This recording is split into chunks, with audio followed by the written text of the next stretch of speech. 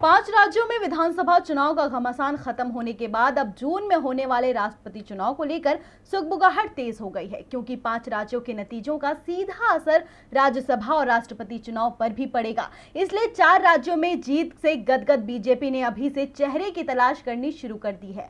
तो किस दिग्गज का नाम है सबसे आगे, देखिए रिपोर्ट। देश में बीजेपी एक के बाद एक चुनाव जीतकर भले ही कामयाबी हासिल कर रही हो, लेकिन उच्च सदन में उसकी संख्या कम थी।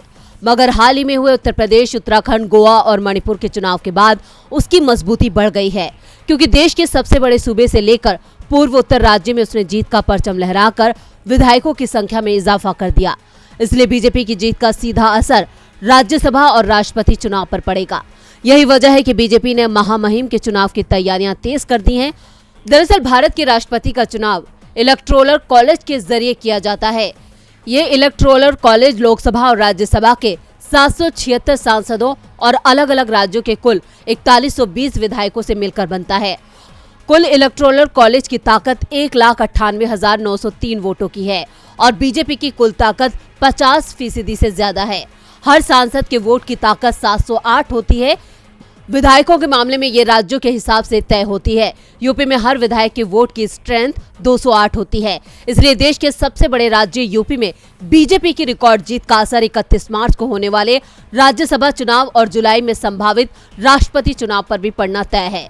बीजेपी और उसके सहयोगी दलों ने यूपी की 273 सीटों पर जीत हासिल की है। ऐसे में अगले राष्ट्रपति के चुनाव में मतदान हुआ तो उसे जीत हासिल करने में कोई दिक्कत नहीं होगी। इसलिए पार्टी अब दिग्गज के नाम की तलाश में जुट गई है। उपराष्ट्रपति एम वेंकैया नायडू को इस शीर्ष पद के लिए फ्रंट रनर माना जा रहा है, लेकिन बीजेपी नेतृत्व को अभी इस पर फैसला लेना बाकी है कि मौजूदा राष्ट्रपति रामनाथ कोविंद को दूसरे कार्यकाल की पेशकश की जानी चाहिए या नहीं। अभी तक सिर्फ देश के पहले राष्ट्रपति राजेंद्र प्रसाद को ही 2 बार का कार्यकाल मिला है। अब राष्ट्रपति के रूप में कोविंद को फिर से कमान मिलेगी या नहीं, ये पीएम मोदी तय करेंगे। डीबी लाइव की रिपोर्ट।